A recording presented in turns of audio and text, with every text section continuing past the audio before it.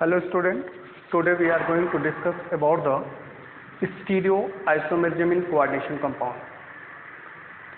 क्योंकि आप जानते हैं कि आइसोमेरिज्म कोऑर्डिनेशन कंपाउंड में दो प्रकार का होता है, स्ट्रक्चरल आइसोमेरिज्म और स्टीरियो आइसोमेरिज्म। स्टीरियो आइसोमेरिज्म को स्पेस आइसोमेरिज्म कहते हैं। स्पेस आइसोमेरिज्म या स्टीरियो आइसोमेरिज्म के पहले हम लोग स्ट्रक्चरल आइसोमेरिज्म के बारे में स्टडी कर चुके हैं। तो आज हम लोगों का टॉपिक होगा स्टीरियो आइसोमेरिज्म। स्टीरियो आइसोमेरिज्म या इसी को बोलते हैं space isomerism.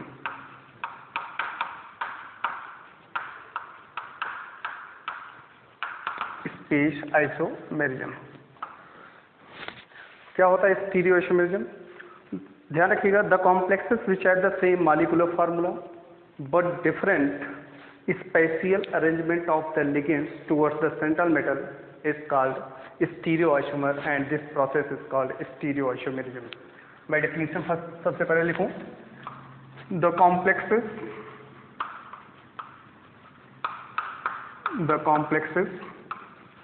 which have same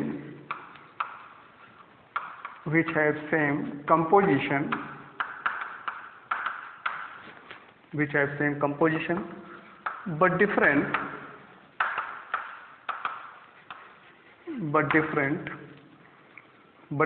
the arrangement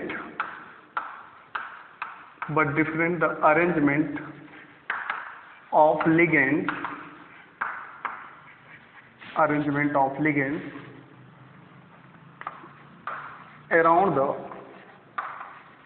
around the central atom called stereo or space isomer and this phenomenon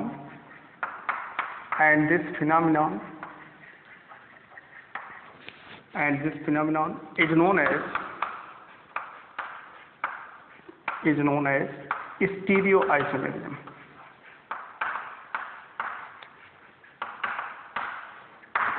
What is the sense of this definition? Means complexes का मतलब क्या हुआ? Plural complex means एक से अधिक complex होंगे। ऐसे complexes जिनका मॉलिक्यूलर फार्मूला सेम है, अर्थात कंपोजिशन सेम है, मीन्स लिगेंड के नंबर सेम है, सेंट्रल मेटल के नंबर सेम है, लेकिन डिफरेंट क्या है? Spatial arrangement of atom ligand around the central atom.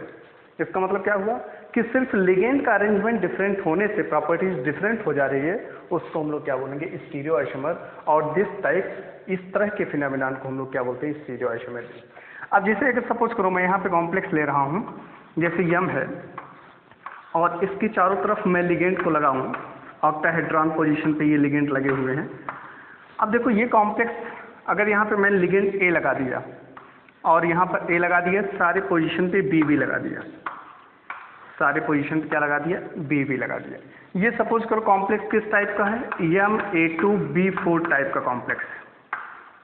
Okay, अब देखो अगर मैं इस ए को उठाकर यहाँ पे लगा दूं तो क्या बन जाएगा? देखे जरा, अगर इस ए को उठाकर मैंने यहाँ पे लगा दिया, ए ये, फिर यहाँ पे बी बी और बी बी, ये सिर्फ मैं आपको एग्जांपल के तौर पे समझा रहा हूँ। ये भी आपका क्या है? MA2B4 टाइप का कॉम्प्लेक्स है। अब देखो दोनों का कंपोजिशन सेम है। ए क्या है? लिगेंड्स है। ए बी क्या है? लिगेंड्स है। एम क्या है? Central metal. ये आपका क्या है? सेंट्रल एटम है। और इसमें ए और बी क्या है? ए और बी क्या है? ये हैं लिगेंड्स। कौन से लिगेंड्स हैं? मोनोडेंटल लिगेंड्स। तो आप देख रहे हैं दोनों कॉम्प्लेक्स के कंपोजिशन सेम है, लेकिन डिफरेंट क्या हो रहा है? Spatial arrangement. मीन्स यहाँ पर ए लगा है, यहाँ पर ए लगा है, और ए यहाँ पे लगा है, ए यहाँ पे लगा है। तो अभी हम लोग आगे वाले नेक्स्ट लेक्चर में ये स्टडी करेंगे। इसको हम लोग बोलते हैं सिस आइसोमर और इसको क्या बोलते हैं? Trans isomer. ज्योमेट्रिकल आइसोमेरिज्म दोनों में है। ये सिस हो गया और ये ट्रांस हो गया, और इन दोनों के फिजिकल और केमिकल प्रॉपर्टीज डिफरेंट हो गए। तो इसका मतलब क्या हुआ कि डिफरेंट क्या हुआ? कंपोजिशन सेम है, सिर्फ लिगेंड का अरेंजमेंट डिफरेंट है। यहाँ पे लिगेंड फर्स्ट पे लगा है, यहाँ पे सेकंड पे, और यहाँ पे नंबरिंग मैं कर दूँ 1 2 3 4 5 और 6, यहाँ पे 1 और 6 पे लगा है। तो ये ट्रांसफॉर्म हो गया और ये क्या हो गया, सिस फॉर्म हो गया। तो दोनों की प्रॉपर्टीज चेंज हो गई। इसका मतलब क्या हुआ कि ये डेफिनेशन पे ऑक्यूपाई हो रहेगा।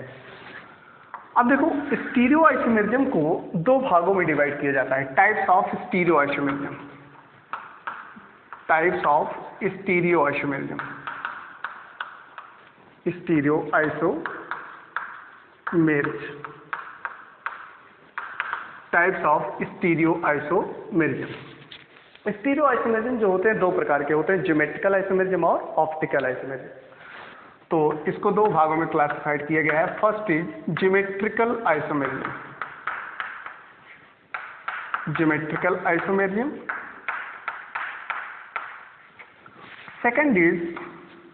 सेकंड इसका है ऑप्टिकल आइसोमेरिज्म, ऑप्टिकल आइसोमेरिज्म। ये दो आपको स्टडी करना होता है, ज्योमेट्रिकल आइसोमेरिज्म और optical isomerism. First we have study about the geometrical isomerism. Geometrical isomerism को हम लोग GI बोलते हैं शॉर्ट में, G for geometrical, I means isomerism, geometrical isomerism. अब ध्यान रखिएगा, ज्योमेट्रिकल आइसोमेरिज्म जैसे आप लोग ऑर्गेनिक केमिस्ट्री में स्टडी करते थे, ऑर्गेनिक केमिस्ट्री में क्या होता था, आपको बताया गया होगा कि ज्योमेट्रिकल आइसोमेरिज्म उसी ऑर्गेनिक कंपाउंड पाए जाएंगे जिसमें कार्बन कार्बन के बीच में रिस्ट्रिक्शन हो, अर्थात उसमें जो है रिस्ट्रिक्शन ऑफ बॉन्ड हो। इसका मतलब क्या हुआ, वो सिंगल बॉन्डेड न हो, डबल और ट्रिपल बॉन्डेड हो, या फिर एलिसाइक्लिक कंपाउंड हो, उसमें क्या होता था, ज्योमेट्रिकल आइसोमेरिज्म पाए जाते थे। इसका मतलब क्या हुआ कि ज्योमेट्रिकल आइसोमेरिज्म, अगर हम ऑर्गेनिक का केस लेते हैं, थोड़ा सा ऑर्गेनिक का केस लेते हैं, तो आपको ये बताया गया होगा जैसे कार्बन कार्बन के बीच में अगर हम डबल बॉन्ड की बात करें, तो पहली शर्त ये है कि उसी कंपाउंड में ज्योमेट्रिकल आइसोमेरिज्म पाया जाता है, ऑर्गेनिक कंपाउंड में, जिसमें कार्बन कार्बन के बीच में फ्री ऑफ रोटेशन ना हो। फ्री ऑफ रोटेशन का मतलब ये होता है जैसे कार्बन कार्बन सिंगल बॉन्ड्स लगे होते हैं तो उसमें फ्री ऑफ रोटेशन पॉसिबल होता है। लेकिन अगर इसमें हम क्या कर दें, इसमें अगर डबल बॉन्ड लगा देते हैं तो फ्री ऑफ रोटेशन पॉसिबल नहीं होता या रिस्ट्रिक्शन ऑफ रोटेशन पॉसिबल होता है। तो उसी चीज़ को यहाँ पे स्टडी करना है। तो कार्बन कार्बन के बीच में डबल बॉन्ड है, और फिर ये भी है कि प्रत्येक डबल बॉन्डेड कार्बन से डिफरेंट एटम लगे होने चाहिए, जैसे A, B और A, D। इसमें ज्योमेट्रिकल आइसोमेरिज्म पाया जाएगा। अब जैसे A है, B है, C है और D है, इसमें भी ज्योमेट्रिकल आइसोमेरिज्म पाया जाएगा। क्यों? क्योंकि शर्त क्या है, प्रत्येक डबल बॉन्डेड कार्बन एटम से डिफरेंट एटम लगे होने चाहिए। तो ये देखो A भी डिफरेंट है, C D भी डिफरेंट है। आपको सिर्फ एक ही को देखना है, मतलब इसको चेक करना है प्रत्येक डबल बॉन्डेड। जैसे इससे क्या लगा है, A लगा है, B लगा है, इसका अलग चेक करना है। इसमें क्या लगा है, C लगा है और D लगा है, डिफरेंट होने चाहिए। तो इसमें भी ज्योमेट्रिकल आइसोमेरिज्म पाया जाएगा। लेकिन कार्बन कार्बन के बीच में डबल बॉन्ड हो, यहाँ A हो गया, B हो गया, और यहाँ पे मैंने D लगा दिया और D लगा दिया। अब देखो ये तो डिफरेंट है, यहाँ सेम हो गए, ये दोनों क्या हो गए, सेम हो गए। तो इसलिए इसमें ज्योमेट्रिकल आइसोमेरिज्म नहीं पाया जाएगा। तो ज्योमेट्रिकल आइसोमेरिज्म ऑर्गेनिक कंपाउंड में उसमें पाया जाता था जिसमें फ्री ऑफ रोटेशन पॉसिबल नहीं होता है, प्रत्येक डबल बॉन्डेड कार्बन आइटम से डिफरेंट एलिमेंट लगे होते हैं। ये तो आपका एल्कीन के केस में हुआ।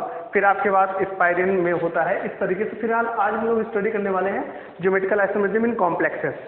तो कॉम्प्लेक्सेस में कहाँ कहाँ ज्योमेट्रिकल आइसोमेरिज्म स्टडी होता है, आइए देखें।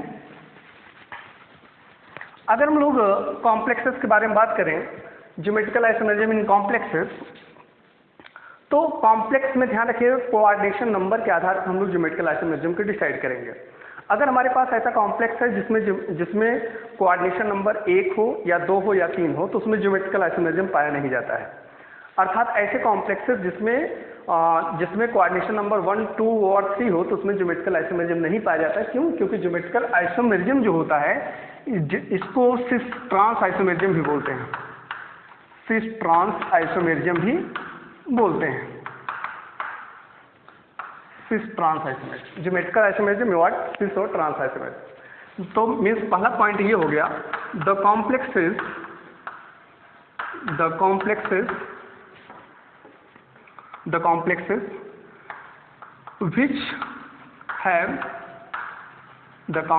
which have 1, 2 or 3 coordination number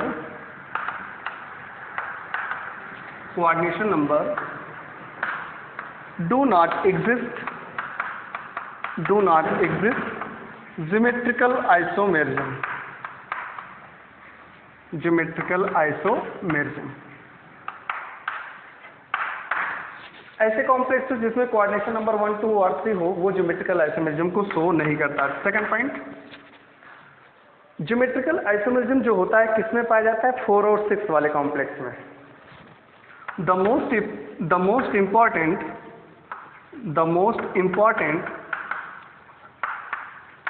most important geometrical isomerism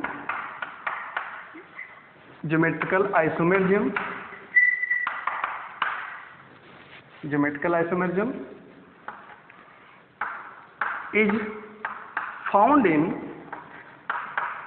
found in coordination number 4 and 6।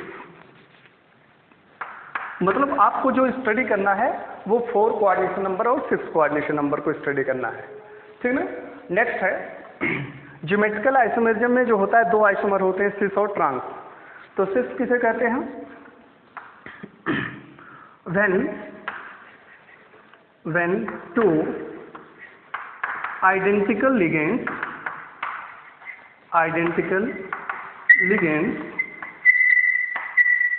are present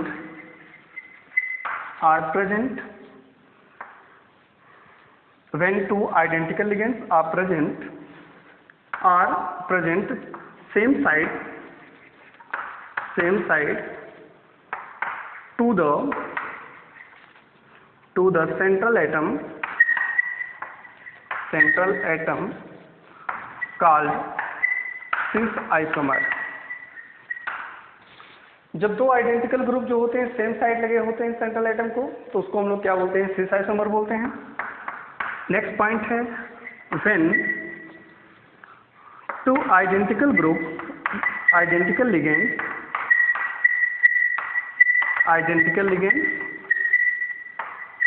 are present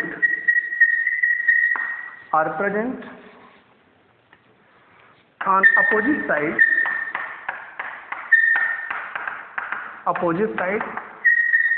to the central atom called trans isomer।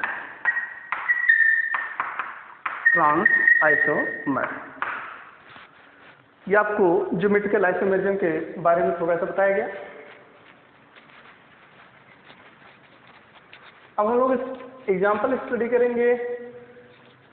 आपको पता हुआ कि 4 कोऑर्डिनेशन नंबर वाले में ज्योमेट्रिकल आइसोमेरिज्म पाया जाता है या फिर 6 वाले में पाया जाता है।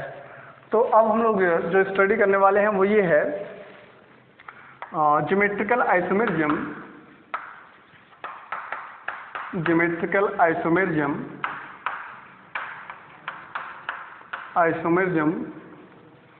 With coordination number 4।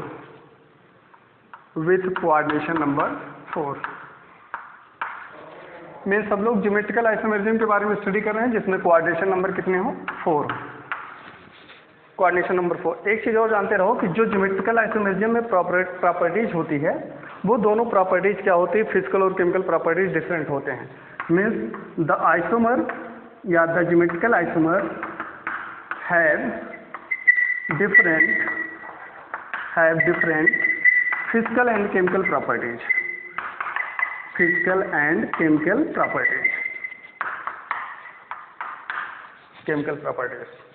तो यहाँ पे हम लोग क्या स्टडी करने वाले हैं? Geometrical isomerism with coordination number 4। Coordination number 4 में क्या होता है? देखो, अगर किसी भी कॉम्प्लेक्स में कोऑर्डिनेशन नंबर 4 होते हैं तो उसके पास 2 ज्योमेट्री पाई जाती है। एक होती है टेट्राहेड्रल होगी, कॉम्प्लेक्स की ज्योमेट्री या तो टेट्राहेड्रल होगी या फिर क्या होगी? स्क्वायर प्लेनर होगी। आपको पता होगा टेट्राहेड्रल कब होती है? 4 को जब हम डिवाइड करते हैं sp3 में, कौन सा हाइब्रिडेशन होगा? sp3 होगा, तब वहाँ पे स्क्वायर प्लेनर होगी। और जब 4 को जो है कैसे हुआ? 4 को आप डिवाइड किए 1s में और 3p में, हाइब्रिडेशन कौन सा हो गया? sp3 हो गया। अगर हम लोग 4 को डिवाइड करें d, s और p में, एक d देते हैं, एक s को, बाकी 2 p को, कौन सा हाइब्रिडेशन हुआ? dsp2। अगर ज्योमेट्री dsp2 होती है तो स्क्वायर प्लेनर होती है। तो अब इसका मतलब क्या हुआ कि अगर हमारे पास कोऑर्डिनेशन नंबर 4 हो, तो कोऑर्डिनेशन नंबर 4 के पास दो ज्योमेट्री होती है, टेट्राहेड्रल और स्क्वायर प्लेनर। तो फिर आप इसमें जानते रहिए कि स्क्वायर टेट्राहेड्रल जो होता है कॉम्प्लेक्स, वो ज्योमेट्रिकल आइसोमेरिज्म शो नहीं करता है। क्यों? क्योंकि उसके जो लिगेंड्स होते हैं वो एडजेसेंट पोजीशन पे होते हैं। तो कहने का तात्पर्य ये हुआ टेट्राहेड्रल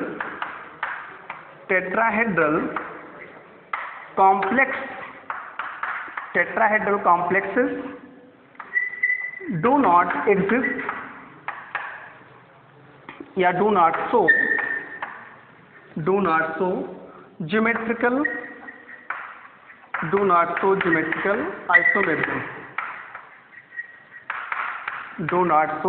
isomerism, क्यों नहीं शो करता? बिकॉज, यहाँ पे कारण भी लिख दे रहा हूँ, because the ligands are present on adjacent to one another।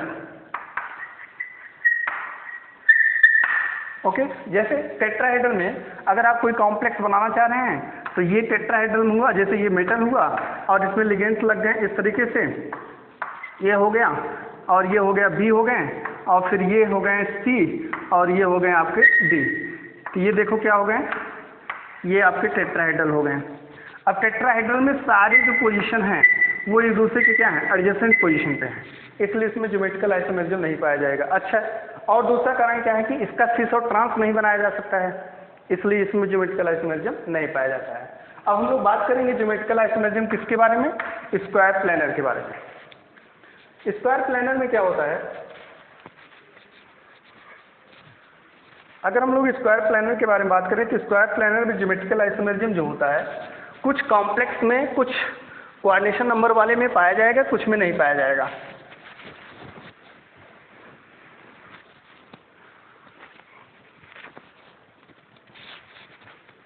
तो हेडिंग हो गई square planar complexes, geometrical isomerism in square planar complex. आपकी हेडिंग क्या है? Geometrical isomerism in square planar complexes. Square planar complexes में ध्यान रखिएगा, स्क्वायर प्लेनर कॉम्प्लेक्सेस कितनी पॉसिबिलिटी बन सकती है कॉम्प्लेक्स बनाने के लिए। अगर यम को मैंने क्या मान लिया, सेंट्रल मेटल मान लिया, यम को सेंट्रल मेटल मान लिया और इसके साथ लिगेंड लगा दिए ए, एक पॉसिबिलिटी ये बन जाती है MA4, दूसरी पॉसिबिलिटी ये बन जाती है यम ए यहाँ पे 3 कर दे, बी दूसरा लिगेंड लगा दिए, ए क्या है लिगेंड्स है, यम क्या है सेंट्रल एटम है, मतलब यहाँ पे सेम चारों लिगेंड सेम है तो MA4 बन गया। यहाँ पे 2 लिगेंड्स है, एक लिगेंड जो है सेम लिगेंड्स जो है 3 हैं और एक बी वाला दूसरा लिगेंड्स हो गया। तो ये हो गए 2, और भी बन सकते हैं पॉसिबिलिटी इसकी, MA2B2 कर सकते हैं। नेक्स्ट आपका हो सकता है MA2BC टाइप का हो सकता है। नेक्स्ट होगा MABCD टाइप का हो सकता है, या फिर ऐसा भी हो सकता है MAB टेकन ट्वाइस टाइप का हो सकता है। और यहाँ पर एक हो सकता है MAA टेकन ट्वाइस। तो ध्यान रखिएगा इतनी पॉसिबिलिटी स्क्वायर प्लेनर में बन सकती है। यहाँ पर ए जो स्मॉल लेटर में मैं लेटर्स लिखा हूँ, अल्फ़ाबेट्स लिखा हूँ, वो आपका मोनोडेंटेड को इंडिकेट कर रहा है, जो कैपिटल लेटर में लिखा हूँ वो बाईडेंटेड को इंडिकेट कर रहा है। तो ध्यान रखिएगा इस टाइप के कॉम्प्लेक्स में ज्योमेट्रिकल आइसोमेरिज्म नहीं पाया जाएगा, इन तीनों में जो है ज्योमेट्रिकल आइसोमेरिज्म नहीं पाया जाएगा। तो ज्योमेट्रिकल आइसोमेरिज्म इसमें पाया जाएगा, इसमें पाया जाएगा, इसमें और इसमें पाया जाएगा। तो 4 टाइप के कॉम्प्लेक्स बनाए जा सकते हैं इस स्क्वायर प्लेनर के अंतर्गत। तो आप लोग पॉइंट में लिखेंगे, पहला पॉइंट होगा द कॉम्प्लेक्सेस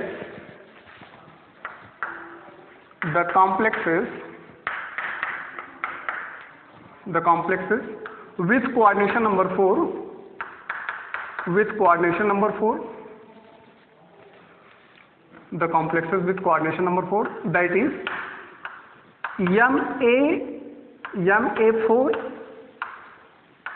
Ma4 कामा लगाकर Ma3b, या इसको ऐसा भी लिख सकते हैं Ma3, दोनों बातें एक ही हैं, चाहे वो ऐसा लिखो चाहे ऐसा।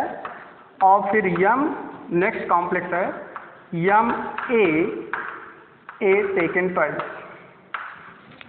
The complexes with coordination number 4, that is Ma4, Ma3b या Mab3, ओके। और फिर क्या है Maa taken twice, do not show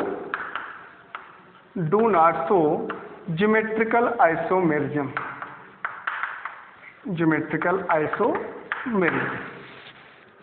तो फिर कौन सा कॉम्प्लेक्स ज्योमेट्रिकल आइसोमेरिज्म को शो करेगा, ये पहला पॉइंट हो गया। दूसरा point, the complexes that is Ma2b2, Ma2b2,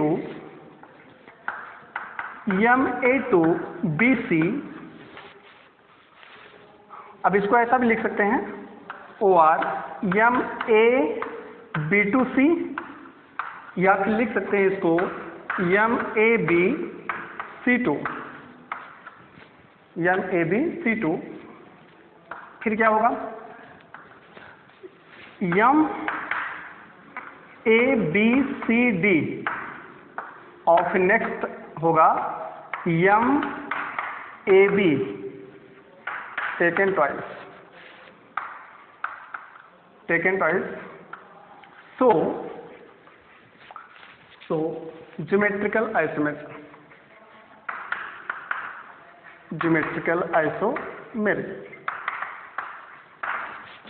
तो पहला पॉइंट में इसमें ज्योमेट्रिकल आइसोमेरिज्म नहीं शो होगा, इसमें ज्योमेट्रिकल आइसोमेरिज्म शो होगा। अब हम लोग एक एग्जांपल लेते हैं। पहला एग्जांपल होगा Ma2b2 टाइप कॉम्प्लेक्स। अब ध्यान रखिएगा वेयर यम क्या है, सेंट्रल एटम है, और AB क्या है, ये आपके मोनोडेंटेड लिगेंड।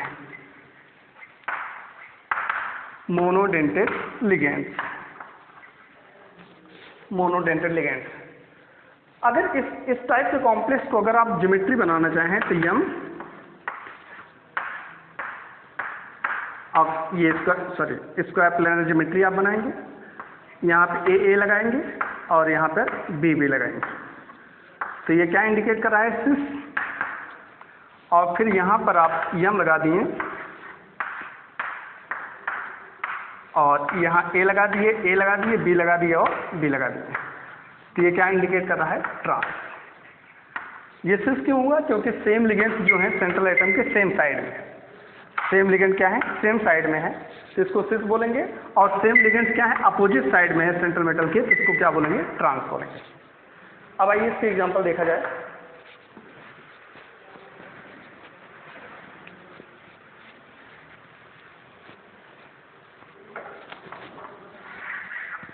इसके एग्जांपल क्या हो सकते हैं, जैसे एग्जांपल है PtNH3 taken twice Cl2,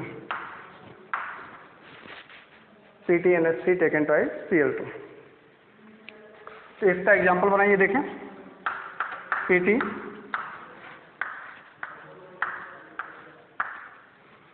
ये हो गया आपका NH3 Cl और Cl, और इसका दूसरा आइसोमर बनेगा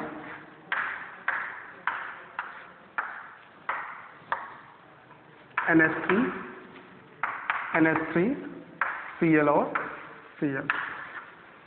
आप देख रहे हैं ये आपका क्या कहलाएगा, सिस आइसोमर, और ये क्या कहलाएगा, ट्रांस आइसोमर।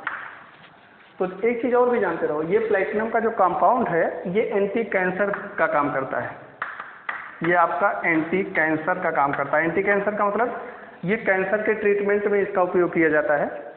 इस कंपाउंड का पूछा गया है कई बार कि कौन सा कॉम्प्लेक्स जो है कैंसर के ट्रीटमेंट में उपयोग किया जाता है, तो ध्यान रखिएगा इसका सिस वाला ही यूज किया जाता है, ट्रांस वाला नहीं यूज किया जाता है। नेक्स्ट कॉम्प्लेक्स है Ma2b2 टाइप के बाद दूसरा कॉम्प्लेक्स है Ma2bc टाइप कॉम्प्लेक्स। अब ध्यान रखिएगा अगर इस टाइप का कॉम्प्लेक्स हो तो वेयर यम क्या है? सेंट्रल एटम है, सेंट्रल एटम है। और ए बी सी ये सब क्या है? इसके मोनोडेंटल ligand, monodentate ligand, monodentate ligand. अब देखो इसमें सिस और ट्रांस को कौन डिसाइड करेगा? ये वाला जिसकी संख्या 2 है। अगर इसका आप बनाना चाहें तो यम ऐसे स्क्वायर प्लेनर बना दिए, यहाँ पे ए लगा दिए, ए लगा दिए, बी और सी लगा दिए, एक कॉम्प्लेक्स ये बन गया।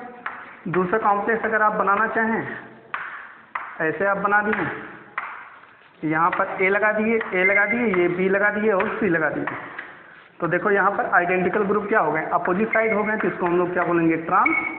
और ये आपका क्या कहलाएगा? सिस, क्योंकि सेम ग्रुप जो है सेम साइड में। अब आइए इसके एग्जांपल देखे जाएं।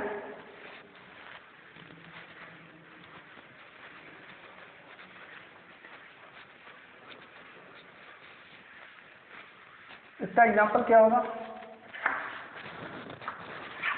एग्जांपल अगर इसका बनाया जाए तो हो जाएगा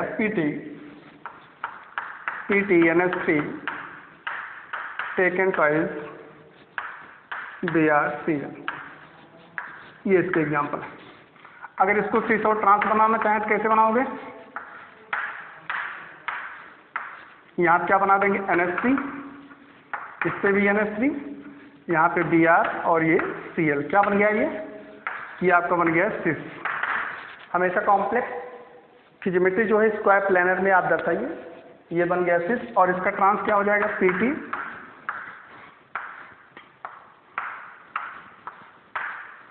यहाँ पे आप लगा देंगे NH3 और इसके ट्रांस पोजीशन पे लगा देंगे NH3, यहाँ पे Cl और ये हो गया Br।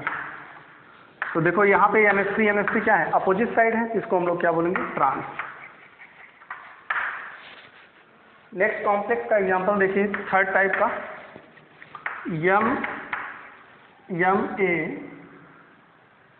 Yama A B C D type complex. इसमें आपको पता होगा वेयर यम क्या है बेटा? Central atom, central atom, A B C D ये सब क्या है? Monodentate ligand, monodentate ligand. Okay, अब मोनोडेंटल लिगेंड्स हैं, इसको अगर आप बनाना चाहें तो इसके 3 आइसोमर बनेंगे। कितने? 3 ज्योमेट्रिकल आइसोमर इसके बनेंगे। ओके, ए बी सी और डी एक ऐसा बना देंगे। देखो ए डी के क्या है? ट्रांस पे है, ए डी के ट्रांस है। दूसरा आप बनाएंगे यम बना दिए, यहाँ पर ए रखिए, यहाँ पे सी रख दीजिए और बी और डी हो गया। तो देखो ये कॉम्प्लेक्स कैसा बन गया? ए सी के ट्रांस है, ए सी का ट्रांस है। नेक्स्ट कॉम्प्लेक्स अगर आप बनाना चाहो तो कैसे बनाओगे? ए को इसी पे रखो, ये पोजीशन आप फिक्स एक कर दो, कोई भी एक ले सकते हो, ए बी सी डी में कोई भी आप एक ले सकते हो, फिक्स रखो और फिर नेक्स्ट वाले को बदलते जाओ। तो एक बार मैंने डी लगाया, एक बार में सी लगाया, दूसरी बार में क्या लगाऊंगा? यहाँ पर बी लगा दूंगा। बाकी सारे पोजीशन क्या हो जाएंगे? सी और ई हो जाएंगे। एक ही ये कॉम्प्लेक्स हो गया। ओके, ये किसका ट्रांस है? ये आपका ए जो है बी का ट्रांस हो गया। इसमें एक कॉम्प्लेक्स और भी बन सकता है, यम, यहाँ पर ए और यहाँ पर मैंने लगा दिए ई, ई नहीं लगाया ना, फिर यहाँ सी और डी, तो ये क्या हो जाएगा? ए ई का ट्रांस हो जाएगा। यहाँ पे 4 ज्योमेट्रिकल आइसोमर जमा हो गया। ओके, नेक्स्ट कॉम्प्लेक्स देखिए,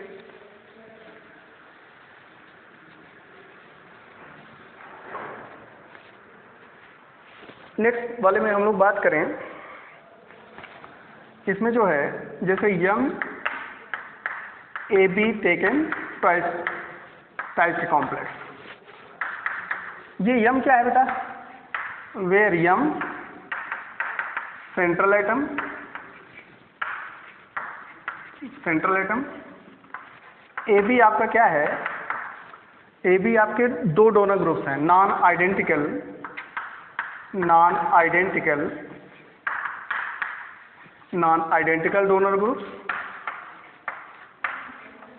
donor groups of bidentate ligand.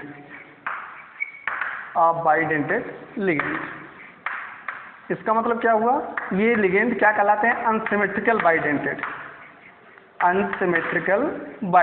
चूंकि बाइडेंटेड लिगेंड दो प्रकार के होते हैं, सिमेट्रिकल और अनसिमेट्रिकल। जिसमें दोनों डोनर ग्रुप समान होते हैं सिमेट्रिकल होगा, जिसमें दोनों ग्रुप डिफरेंट होंगे अनसिमेट्रिकल होगा। इसके एग्जांपल जैसे आप ले सकते हैं, ये होगा COGLY टेकन ट्वाइस। ओके, अगर यहाँ पे आप देखें तो इसको कैसे बनाएंगे, ये आपका ग्लाइसिनेट है जिसका संरचना इस तरीके से होगा, CH2NH2 और फिर CH2 C double bond O negative. ये आपका सेंट्रल मेटल को इलेक्ट्रॉन पेयर प्रोवाइड करेगा। यहाँ पे दो डोनर ग्रुप्स हैं और दोनों डोनर ग्रुप्स क्या है, नॉन आइडेंटिकल हैं। तो इसको मैंने क्या बनाया है, A, और इसको क्या बनाया है, B बनाया है। अगर इस टाइप का कॉम्प्लेक्स यहाँ बनाना चाहें तो आप बना सकते हैं CO,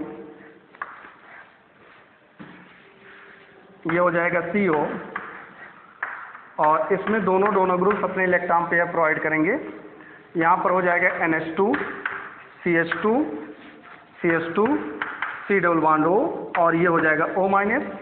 यहाँ पर NH2 और CH2 C double bond O minus.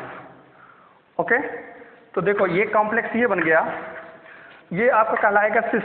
क्यों सिस कहलाएगा, क्योंकि दोनों डोनर ग्रुप्स क्या हैं, सेम साइड पे हैं। अगर मैं इसका ट्रांस बनाना चाहूँ तो इसको मैं क्या कर दूँ, इसको मैं एक साइड का क्या कर दूँ, पलट दूँ, तो ये हो जाएगा कॉम्प्लेक्स CO। इसका ट्रांस वाला पोजीशन देखिए, ये हो जाएगा O minus C double bond O CH2 और यहाँ पर हो जाएगा NH2। और यहाँ पे आप ऑलरेडी वैसे ही लिखोगे NH2 CH2 और CH2 C double bond O minus. अब आप देखें जरा, इन दोनों कॉम्प्लेक्स में ये आपका सिस हो गया, क्योंकि दोनों आइडेंटिकल ग्रुप सेम साइड हैं, और यहाँ पे दोनों आइडेंटिकल ग्रुप क्या हो गए, अपोजिट साइड हो गए एक दूसरे के। तो ये क्या हो जाएंगे, ट्रांस हो जाएंगे। ओके, आज बस इतना ही।